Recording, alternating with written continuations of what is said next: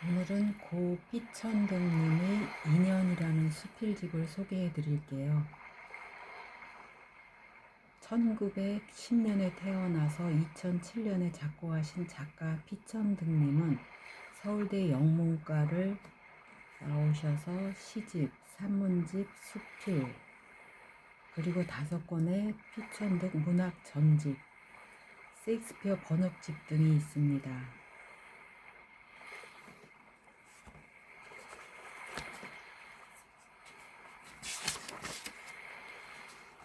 서문. 산호와 진주는 나의 소원이었다. 그러나 산호와 진주는 바닷속 깊이 깊이 거기에 있다. 파도는 언제나 거세고 바다 밑은 무섭다. 나는 수평선 멀리 나가지도 못하고 잠수복을 입는다는 것은 감히 상상도 못할 일이다. 나는 고작 양복바지를 말아 올리고 거닐면서 젖은 모래 위에 있는 조가비와 조약돌들을 줍는다. 주웠다가도 해뜨려버릴 것들, 그것들을 모아두었다. 내가 찾아서 내가 주워 모은 것들이기에 때로는 가엾은 생각이 나고 때로는 고운 빛을 바라는 것들이 있는 것 같기도 하다. 산호와 진주가 나의 소원이다. 그러나 그것은 될 수 없는 일이다. 그리 예쁘지 않은 아기에게 엄마가 예쁜 이름을 지어주듯이 나는 나의 이 조약돌과 조가비들을 산호와 진주라 부르란다. 나에게 글 쓰는 보람을 느끼게 하는 서영이에게 감사한다. 그리고 이 책이 나오도록 도와주신 여러분께 감사한다. 피천득.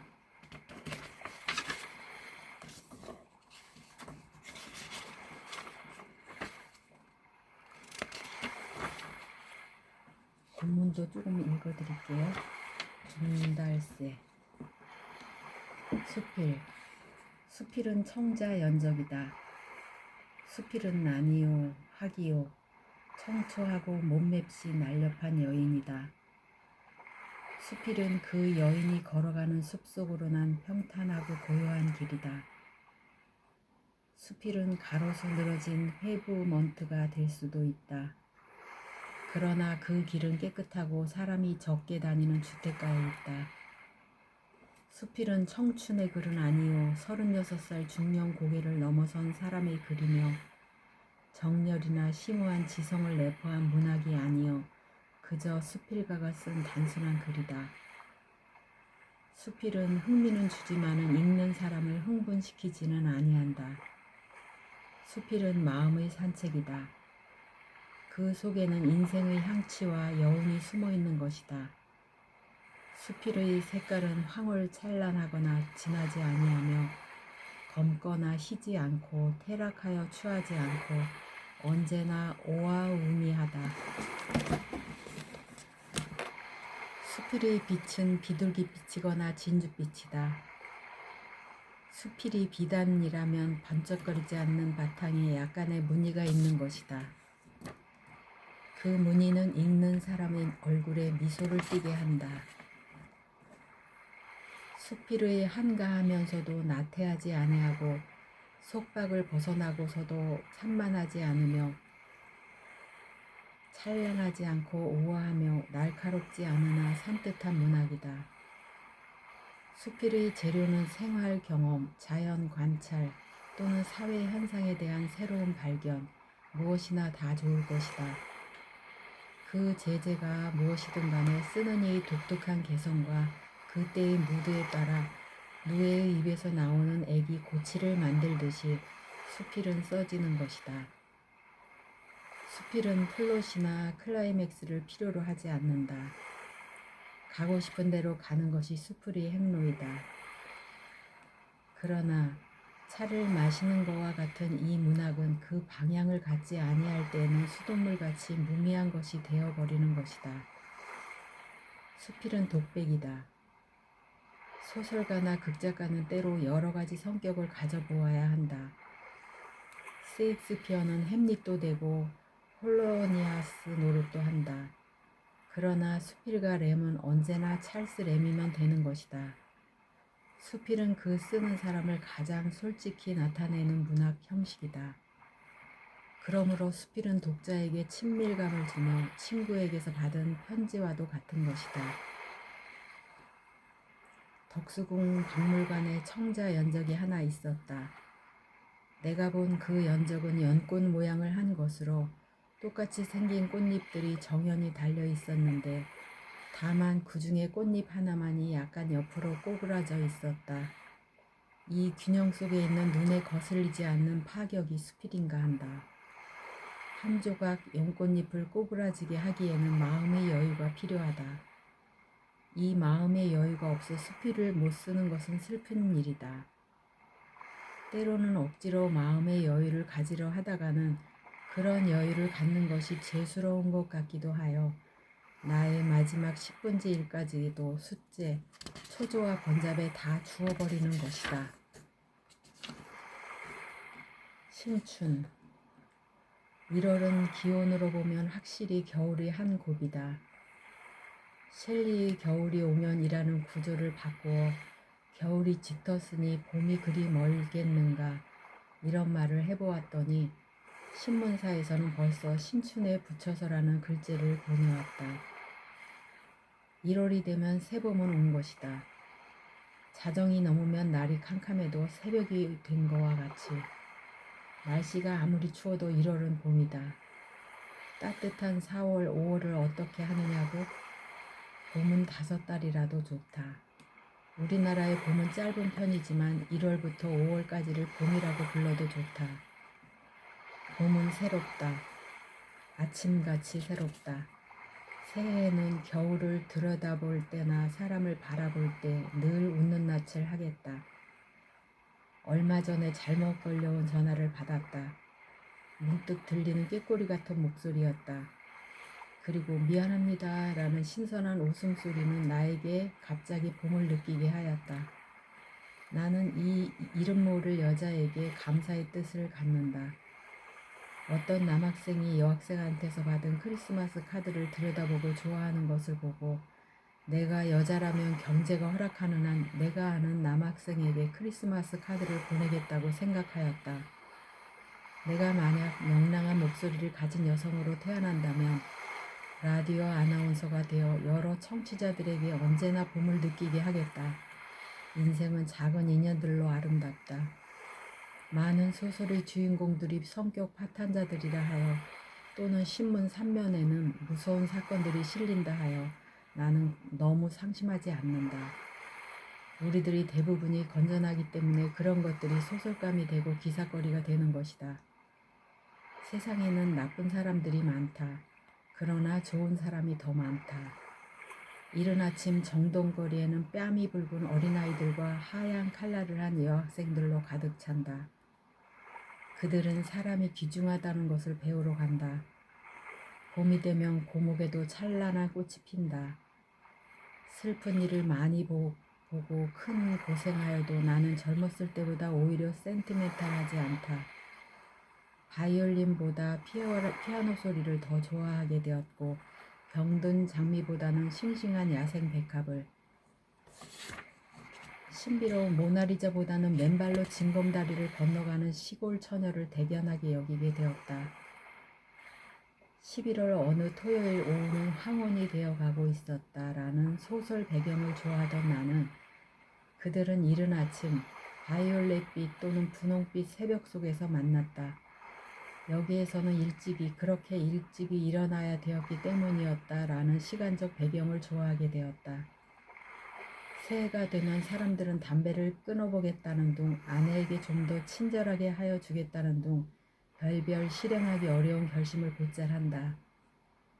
거울을 들여다볼 때나 사람을 바라볼 때나 늘 웃는 낯을 하겠다는 나의 결심은 아마 가능할 것이다.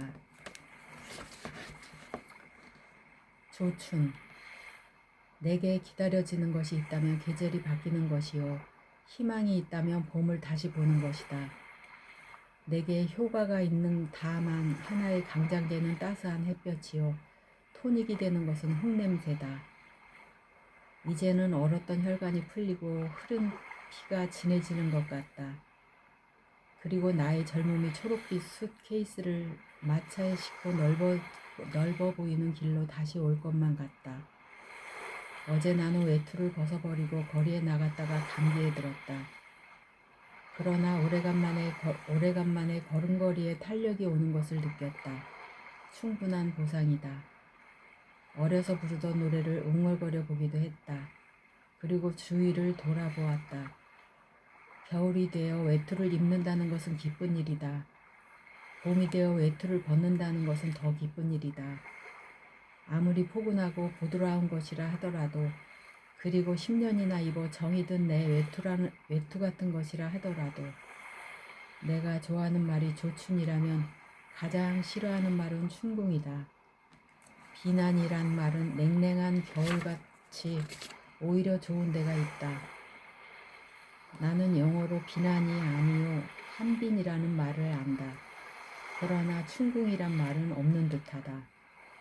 봄이 오면 비둘기 목털에 윤이 나고 봄이 오면 젊은이는 가난을 잊는다. 그러기에 26된 무급 조교는 약혼을 한다. 종달새는 조금 먹고도 창공을 솟아오르니 모두들 햇빛 속의 고생을 잊어보자. 말아두었던 화폭을 펴나가듯이 하루하루 봄을 전개시키려는 이때. 종달새. 무슨 새지? 어떤 초대석에서 한 손님이 물었다. 종달새야. 주인이 대답이다. 옆에서 듣고 있던 나는 종달새라고? 하늘을 솟아오르는 것이 종달새지. 저것은 조롱새야. 내 말이 떨어지자 좌중은 경찬하는 듯이 웃었다. 그날 밤 나는 책을 읽다가 아까 친구 집에서 한 말을 뉘우쳤다. 비록 갇혀있는 새라 하여도 종달새는 공작이나 앵무새와는 다르다. 갇혀있는 공작은 거칠은 사냐보다 아늑한 우리 안이 낫다는 듯이 안일하게 살아간다. 화려한 날개를 펴고 교태를 부리기도 한다. 앵무새도 자유를 망각하고 감금 생활에 적응한다. 곧잘 사람의 말을 흉내도 낸다. 예전 어떤 집에서는 일어상룡하는 주인을 따라 오하요, 안녕 하고 인사를 하는 앵무새가 있었다. 그러나 종달새는 갇혀 있다고 하더라도 그렇지 않다. 종달새는 푸른 숲, 파란 하늘, 여름 보리를 기억하고 있다. 그가 꿈을 꿀 때면 그 배경은 세장이 아니라 언제나 넓은 들판이다. 아침 햇빛이 조롱에 비치면 그는 착각을 하고 문득 날려다가 날개를 파딱거리며 쓰러지기도 한다. 설사 그것이 새장 속에서 태어나 아름다운 들을 모르는 종달이라 하더라도 그의 피 속에는 선조 대대의 자유를 희구하는 정신과 위로 지향하는 강한 본능이 흐르고 있는 것이다. 칼멜 수도원의 수녀는 갇혀있다 하더라도 그는 죄인이 아니라 바로 자유 없는 천사다. 해방 전 감옥에는 많은 애국자들이 갇혀 있었다. 그러나 철창도 콘크리트 벽도 어떠한 고문도 자유의 화신인 그들을 타락시키지는 못했다. 시온, 너희 감옥은 성스러운 곳, 너희 슬픈 바닥은 제단, 바로 그의 발자국이 달아 너희 찬 포석이 잔디인 양 자국이 날 때까지 보니바루가 밟았다. 누구도 이 흔적을 지우지 말라. 그것들은 폭군으로부터 신에게까지 호소하나니 이것은 내가 하던 시구였다. 예전 북경에는 이른 새벽이면 고금담 벼락에 조롱을 들고 섰는 노인들이 있었다. 궁 안에서 우는 새소리를 들려주느라고 서 있는 것이다. 울지 않던 새도 같은 종류의 새소리를 들으면 제 울음을 운다는 것이다. 거기 조롱 속에 종달새가 있었다면 그 울음은 단지 배워서 하는 노래가 아니라 작은 가슴에 뭉쳐있던 분노와 갈망의 토로였을 것이다. 조롱 속의 새라도 종달새는 종달새다. 봄. 인생은 빈 술잔, 카페 깔지 않은 층계. 4월은 천지와 같이 중얼거리고 꽃 뿌리며 온다. 이러한 시를 쓴 시인이 있다. 4월은 가장 잔인한 달. 이렇게 읊은 시인도 있다. 이들은 사치스러운 사람들이다. 나같이 범속한 사람은 봄을 기다린다. 봄이 오면 무겁고 둔한 옷을 벗어버리는 것만 해도 몸과 마음이 가벼워진다. 주름살 잡힌 얼굴이 따스한 햇볕 속에 미소를 띠고 하늘을 바라보면 곧 날아갈 수 있을 것만 같다. 봄이 올 때면 젊음이 다시 오는 것 같다. 나는 음악을 들을 때, 그림이나 조각을 들여다볼 때 잃어버린 젊음을 안개 속에 잠깐 만나는 일이 있다. 문학을 업으로 하는 나의 기쁨의 하나는 그를 통하여 먼발치라도 젊음을 바라볼 수 있다는 것이다. 그러나 무엇보다도 젊음을 다시 가져보게 하는 것은 봄이다. 잃었던 젊음을 잠깐이라도 만나본다는 것은 헤어졌던 애인을 만나는 것보다 기쁜 일이다. 헤어진 애인이 여자라면 뚱뚱해졌거나 말라 바스러졌거나 둘 중이요. 남자라면 낡은 털 자켓이나 축 늘어졌거나 자켓이 축 늘어졌거나 그렇지 않으면 얼굴이 시뻘개지고 눈빛이 혼탁해졌을 것이다. 젊음은 언제나 한결같이 아름답다. 지나간 날의 애인에게서는 환멸을 느껴도 누구나 잃어버린 젊음에는 안타까운 미련을 갖는다. 나이를 먹으면 젊었을 때의 초조와 번뇌를 해탈하고 마음이 가라앉는다고 한다. 이 마음의 안정이라는 것은 무기력으로부터 오는 모든 사물에 대한 무관심을 말하는 것이다. 무뎌진 지성과 둔해진 감수성에 대한 위안, 슬픈 위안의 말이다. 늙으면 플라톤도 허수아비가 되는 것이다.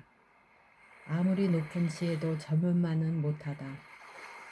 인생은 40부터라는 말은 인생은 40까지라는 말이다.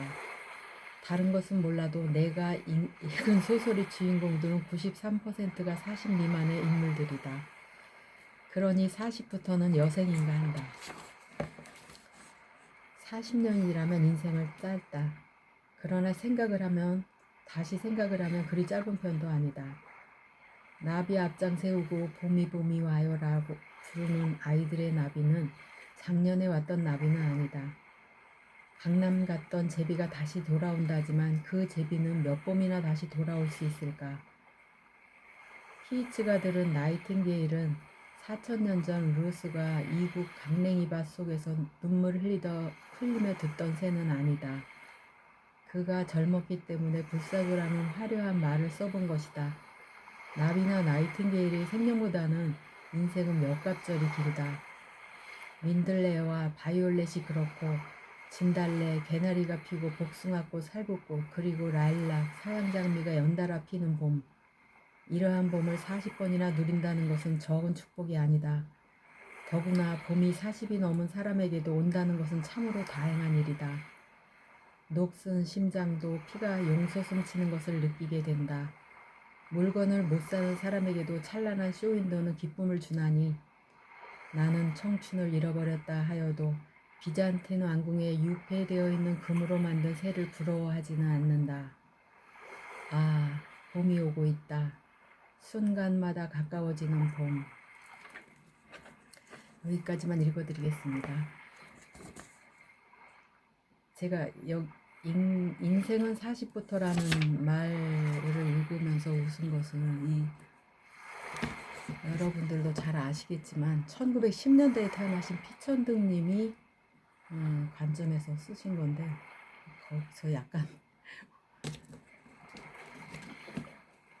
오늘은 여기서 끝이겠습니다.